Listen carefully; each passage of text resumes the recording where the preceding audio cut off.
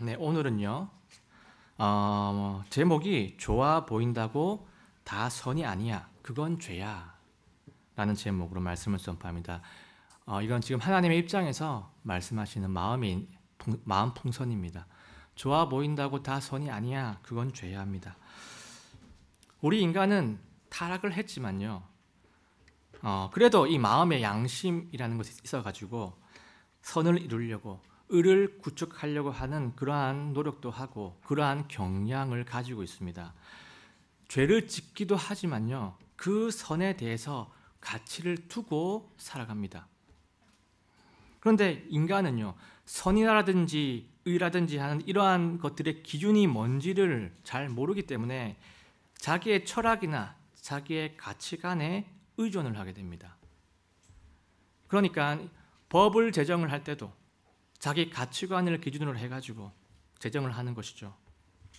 그래서 국회에서 찬반이 일어나는 것이고요.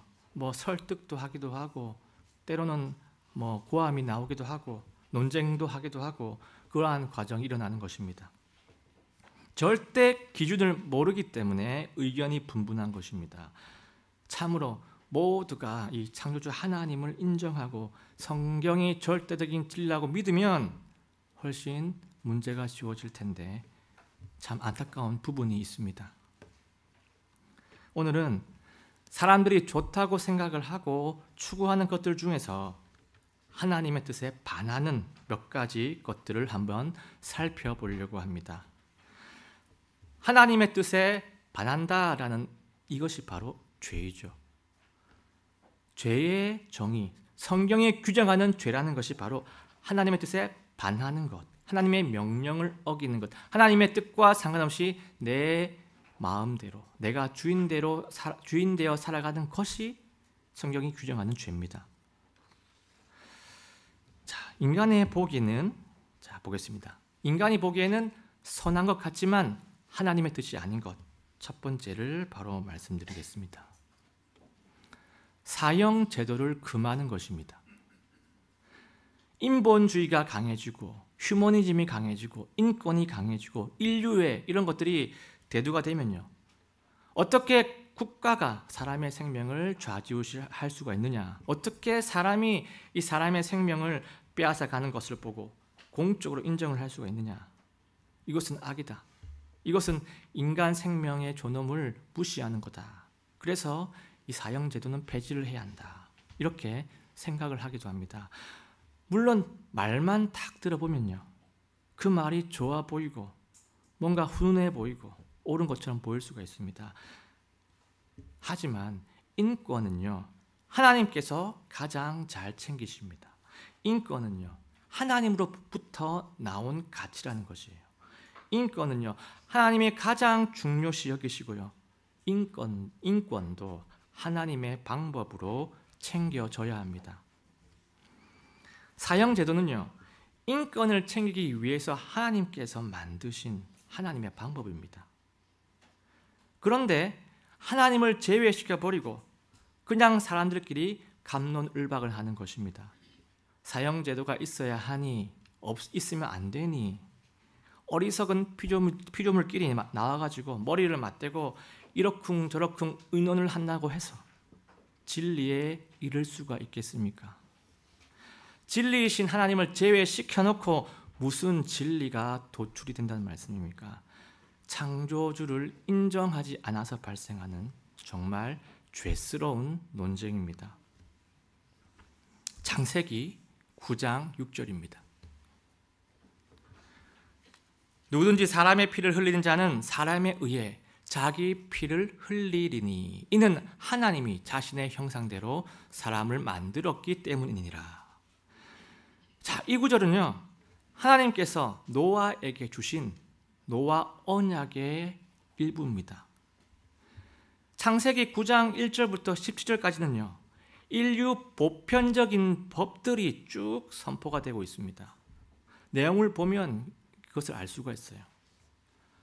맨 위쪽에 보면 뭐가 나옵니까?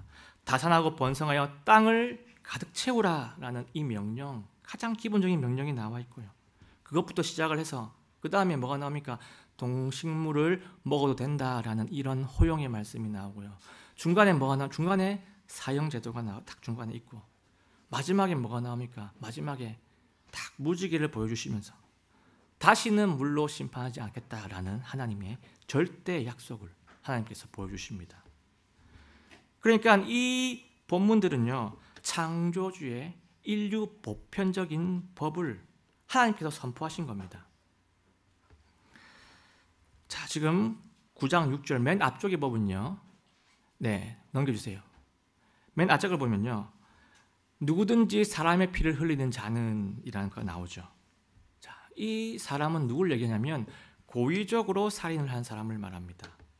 실수가 아니고 고의적으로 살인한 사람이에요. 그래서 이 구절에 대한 원리가 나중에 모세율법에서 구체화가 되죠. 뭐 출애굽기라든지 레위기, 뭐 신명기 이런 곳에 더 자세하게 구체화가 돼가지고 기록이 됩니다. 사형에 대한 부분들 분명히 있습니다.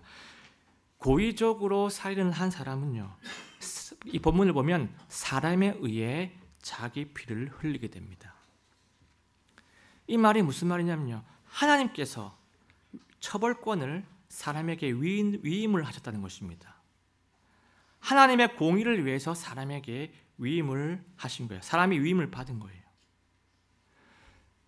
여기서 사람의 의회라는 말이 있는데요, 이 말이 어떤 게 또 포함되냐면 사람 공동체에서 합의를 한 국가나 아니면 사법기관 같은 공적 그 권위도 여기에 포함이 된다는 것입니다. 왜 사형을 하라고 말씀을 하십니까? 하나님께서 맨 마지막에 그 이유가 나오죠. 9장 6절 맨 마지막에, 자 보겠습니다. 이는 하나님이 자신의 형상대로 사람을 만들었기 때문이니라. 살인은요, 하나님의 형상을 파괴시키는 중대한 죄이기 때문이에요. 창조주의 고유한 그 생명 주권을 무시하는, 훼손하는 가장 최상위급의 죄입니다. 다시는 그 살인자가 그러한 죄들을, 사람을 죽이는 죄를 짓지 못하도록 하는 방지의 목적도 있고요. 다른 이들도 생명에 대해서는 절대 건드리지 못하게 하는 예방의 목적도 있습니다. 사형제도는요, 생명의 주권자 하나님께서 직접 명하신 제도입니다. 생명의 주인이 그렇게 하라고 명령까지 직접 하셨는데 무슨 피조물들끼리 그게 옳으니 그르니 뭐 효과가 있니 없니 과하니 적당하니 왈가왈부할 것이 뭐가 있겠습니까? 창조주를 몰라서 나오게 되는 그냥 죄스러운 논쟁일 뿐입니다. 하지만 불신자들이나 하나님을 존중하지 않는 세력들은요, 자신들의 생각을 의라고 생각을 하고 계속 이슈화해 나갈 것입니다. 창조주를 인정하지 않는데 어떻게 세상 지혜로 이 사형제도가 설득이 되겠습니까? 기본 전제가 안 돼 있는데 어떻게 논쟁으로, 논리로 이해시킬 수가 있겠습니까? 그래서 이 믿는 자들이 할 수 있는 것은요, 사형제도 금지를 추구하는 세력에 지지를 하지 않는 것, 동조를 하지 않는 것, 그것밖에 할 수 있는 것이 없습니다. 하나님 앞에서 나는 이런 식으로라도 순종을 하면 된다는 것입니다. 자, 이제는 두 번째 이슈로 가보겠습니다. 인간이 보기에는 선한 것 같지만 하나님의 뜻이 아닌 것, 그 두 번째입니다. 보편적 복지입니다. 인류 사회는요, 인간의 이 부족함, 결핍 때문에 사회 복지를 추구합니다. 참으로 바람직한 것이죠. 인간은 태어날 때부터 집안 배경도 다르고 선천적인 능력도 다르고 선천적인 건강 상태도 다르기 때문에 각자의 삶의 질도 다 다릅니다. 그리고 또 살아가면서 어떻습니까? 각자가 겪는 사건들, 일들도 다 다르죠. 그래서 각자가 처한 상황들도 다 다를 겁니다. 그래서 이 경제적인 부분이라든지 건강 부분, 또 가정 환경 부분, 이런 것들은요, 모든 부분에서 약자가 발생할 수밖에 없습니다. 그래서 국가가 복지제도를 만드는데요. 이 복지제도에는요, 보편적인 복지가 있고 선별적인 복지가 있습니다. 어느 국가든 간에 이 둘 중에 딱 한쪽만을 100% 선택하는 국가는 없을 겁니다. 하지만 어느 쪽에 더 근본을 두고 하느냐가 관건이 된다는 겁니다. 우리 대한민국도요. 일단 인간에게 가장 필수적인 부분에는요. 보편적 복지 정책을 펼치고 있습니다. 가장 필수적인 분야. 예를 들면 이런 것들이죠. 사회보험이라는 것이 있습니다. 노후를 위한 국민연금, 건강을 위한 국민건강보험, 그리고 노동의 이 안전을 위한 산재보험, 또 뭐 있습니까? 일자리 보호를 위한 고용보험, 이 네 가지는요. 보편적 복지 정책을 펼치고 있습니다. 이 네 가지 분야는요. 인간 존엄을 위해서 꼭 필요한 부분이기 때문에 보편적 복지가 일리가 있는 것입니다. 하지만 그 외의 것들은 어떤 기조를 근본으로 해야 될까요? 특히 소득 부분에 대해서는 어떤 기조가 근본이 되어야 됩니까? 성경은요, 노동의 가치를 강조하고 있습니다. 창세기를 보면요, 하나님도 사역으로서 이 세상을 창조하세요. 사역으로서, 일로서. 또 인간에게도 노동을 통해서 그 사역에 동참을 하라고 명령을 하십니다. 보겠습니다. 창세기 2장 15절입니다. 주 하나님께서 남자를 데려다가 에덴의 동산에 두사 그것을 가꾸고 지키게 하시며. 인간은요, 죄를 짓기 전에도 노동이 있었습니다. 그런데 고통이 아닌 축복의 노동이었습니다. 축복의 노동이었어요. 하나님의 뜻을 이루는데 내가 대리 통치의 역할을 하나님께 받은 거예요. 최고의 가치가 있는 이 위임 사역을 인간이 받습니다. 엄청난 그 영광을 받은 것이죠. 그런데 아담이 범죄한 이유는 어떻게 됩니까? 하나님의 통치 안에서 본인이 본인이 뛰어나왔기 때문에 노동은 고통이 포함되는 것으로 변질이 되고 맙니다. 하나님께서 그렇게 바꾸십니다. 보겠습니다. 창세기 3장 17절. 아담에게 이르시되 내가 그 나무에서 나는 것을 먹었으므로 땅은 너로 인해 저주를 받았고 너는 평생토록 고통 속에서 땅의 소산을 먹으리라.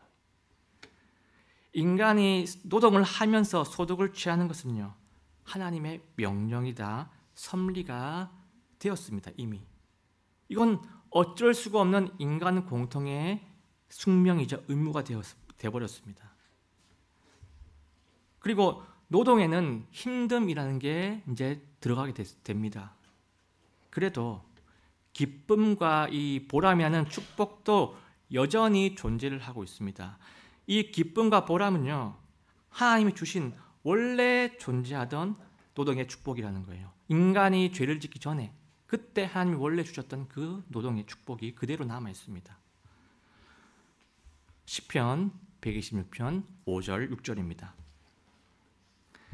눈물을 흘리며, 그러니까 노동에는 고통이 있다는 거예요.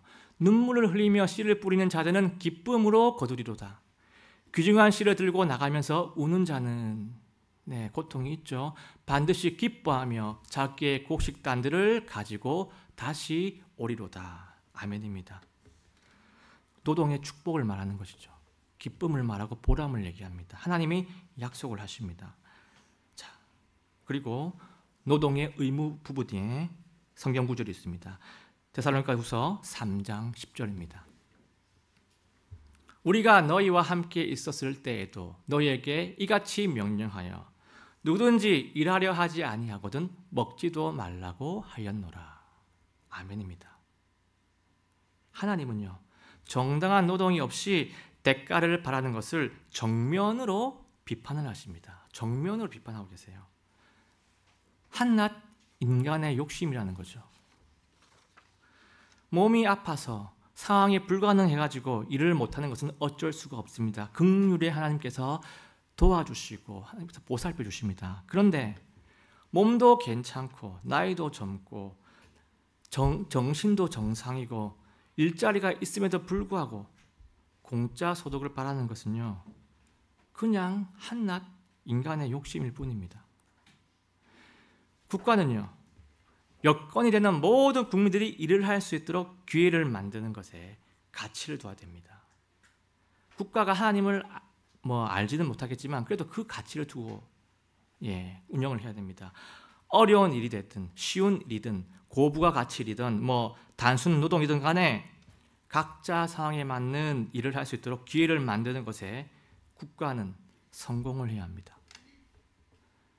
성경은요, 여건이 되는 모든 사람들이 성실하게 일을 하면서 살아가면서 일을 하면서 열매를 맺으면서 그 열매로 약한 자들에게 섬김을 베풀라고 성경은 말씀을 하고 있습니다. 한번 보겠습니다. 레위기 19장 9절과 10절입니다. 너희가 너희 땅의 수확물을 거둘 때에, 자, 이 수확물을 거뒀다는 말은 열심히 일했다는 거예요.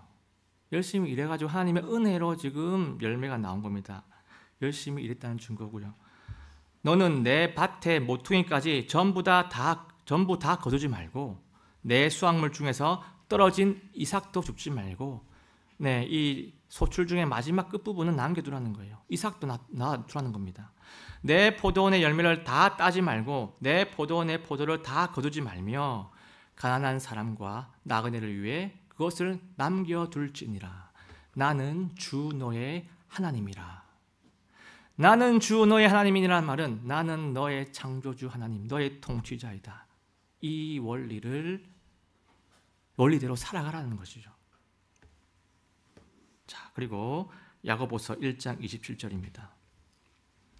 하나님 곧 아버지 앞에서 순수하고 더럽지 않은 신한 행위는 이것이니, 즉 고난 중에 있는 아버지 없는 자들과 과부들을 찾아가고 세상으로부터 자기를 지켜 더럽혀지지 아니하는 것이니라. 아멘입니다. 자, 이렇게 성경에 많이 나와 있습니다. 또 하나 더 있어요. 구약 그 시대에 희년 제도가 있죠. 희년 제도. 그 희년 제도도요, 희년 전까지는 각자에게 주어진 땅 안에서 열심히 일하며 살아가다가 하나님이 정하신 때, 그 희년 그때 기회의 평등을 제공하는 제도입니다. 결과의 평등을 제공한 게 아니고요, 기회의 평등을 제공한 겁니다. 땅을 다시 준다는 건요, 그 땅은 결과가 아니고 그 땅을 가지고 열심히 뭔가를 하라는 것이에요.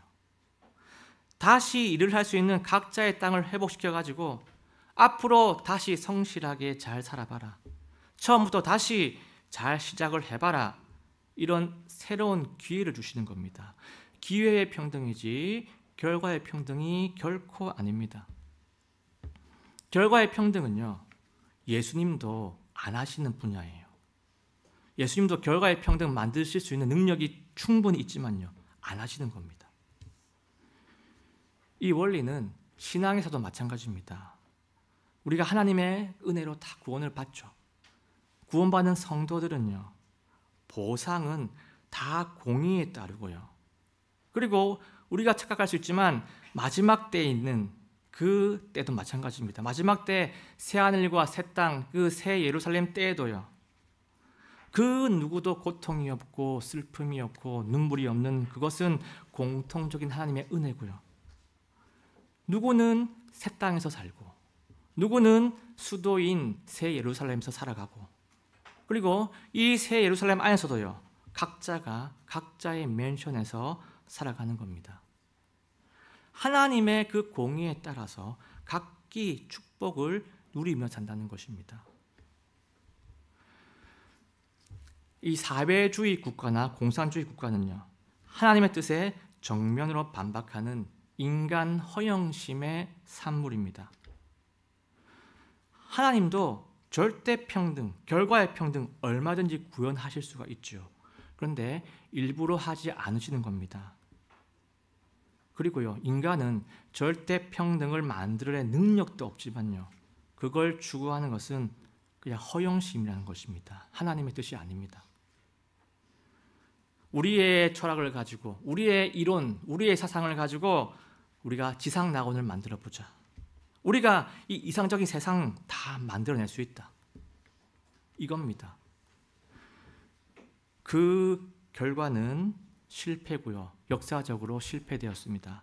하나님이 원하시는 그림이 아니라는 거예요. 그 모습은 사람이 바벨탑을 쌓는 것과 마찬가지 원리라는 것입니다. 여러분, 기본소득이라는 제도가 있습니다.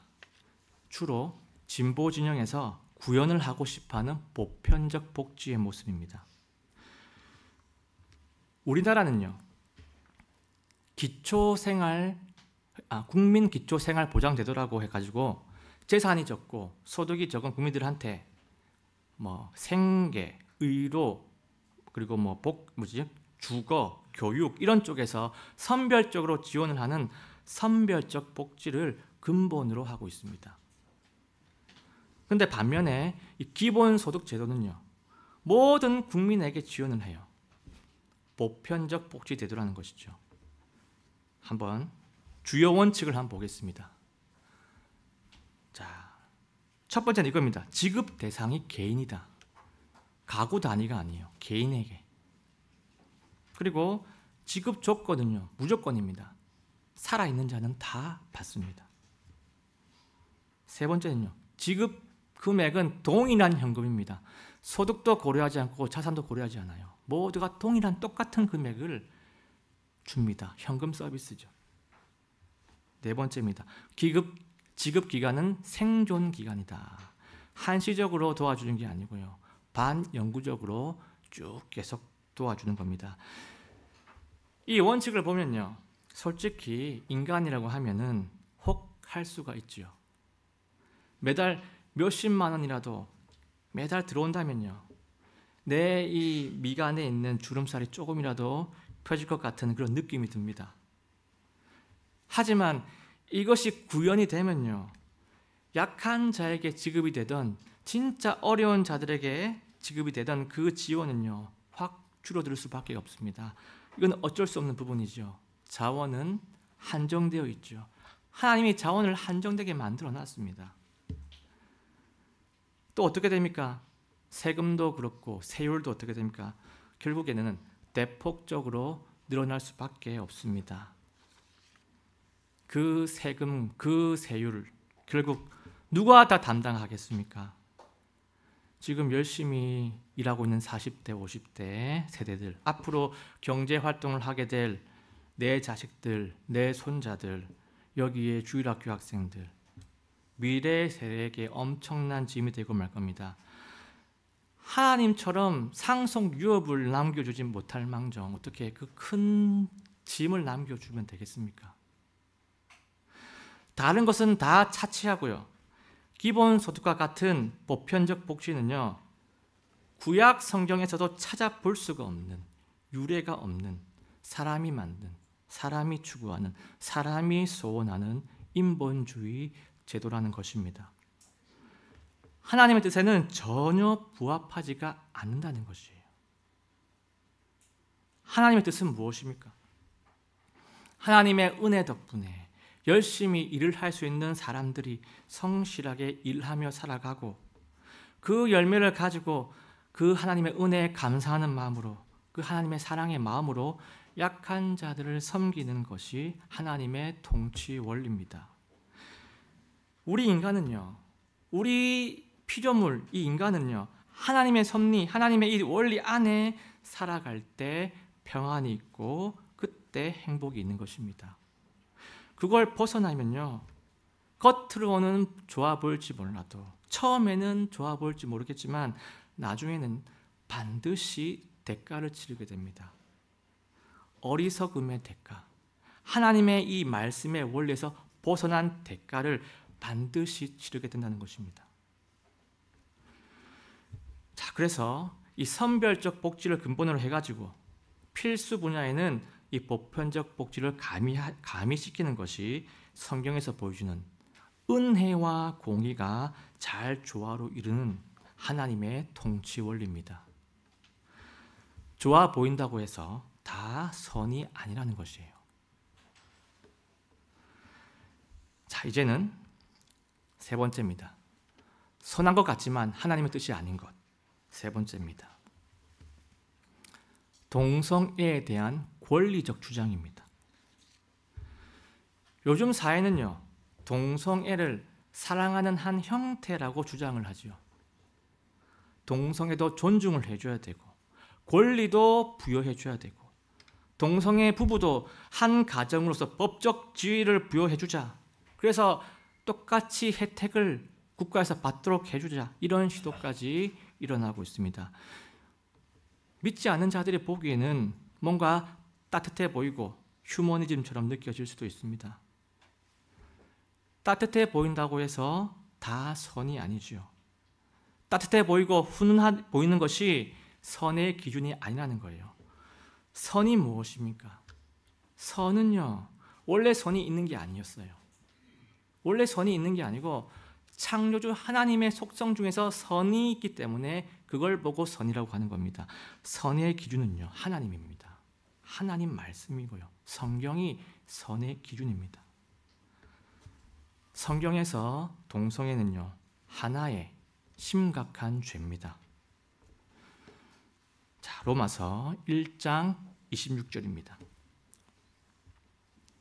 이런 까닭으로 하나님께서 그들을 수치스러운 애정에 내주셨으니 이는 심지어 그들의 여자들도 본래대로 쓸 것을 본성에 반하는 것으로 바꾸었기 때문이라.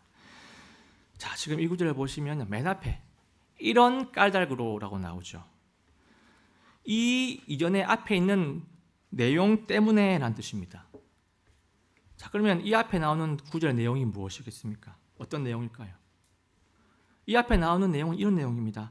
하나님을 거절한 사람이 소개가 되고 있습니다. 하나님을 거절한 사람. 누구도 하나님이 있다는 것을 있다고 이해 못하는 것을 변명할 수 없다는 구절 앞에 나오죠. 하나님을 거절한 사람이 자기네 정욕을 딱 가지고 정욕대로 살아가는데요. 어떻게 살아가면 영적으로는 창조주 하나님을 인정하지 않으면서 영적으로는 우상을 만들어내가지고 우상을 섬기고 또 육신적으로는 자기 몸을 부정함에 내어주는 그런 내용이 나옵니다. 이렇게 하나님을 등지고 육신적으로 계속 살게 되면요, 결국에 여기 26절에 나오는 내용까지 갈 수 있다는, 내용까지 가게 된다는 그런 말씀이에요. 자, 26절 한 내용이 뭡니까? 여자들도 본래대로 쓸 것을 본성에 반하는 것으로 바꾸었기 때문이라. 자, 이 말이 무슨 말입니까? 여자들도 본성에 반하는 뭔가를 바꾸었단 말이죠. 이 뭔가는 뭐냐면요, 바로 동성애를 말합니다. 이성애가 아니고 동성애로 바꿨다는 거예요. 정욕대로 따르는 육신의 욕구가 동성애까지 이르게 된다는 것을 말씀하고 있습니다. 음란의 욕구가 동성애까지 이르게 되고 그렇게 경향성으로 간다는 것을 말씀하고 있고요. 이거는요, 남자들도 마찬가지입니다. 27절에는 남자의 그 예가 원리가 그대로 똑같이 나옵니다. 이 죄는 어떻게 발생을 합니까? 하나님을 따르기 싫어하는 죄성을 말하는 이 본문 내용에 나오는 거예요. 하나님을 따르기 싫어하는 죄성 때문에 발생하는 안타까운 일들입니다. 방금 본문의 앞뒤로 쭉 문맥을 보면요, 하나님을 따르기 싫어함, 이것이 이 죄의 근본이라는 것이에요. 요즘 사회는 하나님과 상관없이 인간의 관점에서 좋아 보이는 것은 무분별하게 오픈하려고 하는 경향이 너무나도 많습니다. 포괄적 차별금지법이 바로 그 예입니다. 지금 현재 뭐가 있습니까? 현재도 개별적 차별금지법이 존재를 하고 있습니다. 지금의 이 법을 살짝만 수정을 해도 얼마든지 약자들을 더 확실하게 보호할 수가 있습니다. 그런데 이 포괄적 차별금지법이라는 것을 만들어가지고요, 성적 지향, 자, 어떤 걸 포함하냐면요, 성적 지향, 종교, 사상, 이 세 가지를 슬그머니 추가를 하려고 합니다. 왜 하필 이 세 가지를 추가를 할까요? 이 세 가지, 성적 지향, 종교, 사상. 이것은요, 결국 이겁니다. 동성애를 일반적인 사랑의 영역으로 올리려는 의도가 있고요, 더 중요한 건 이겁니다. 유일하신 예수 그리스도를 구원자로 선포하는 것을 차별의 논리로 금지하려고 하는 것이고요, 무슨주의 이거 비판할 수 있는 사상의 자유도 금지하려고 하는 의도가 들어가 있습니다. 참으로 신기하죠.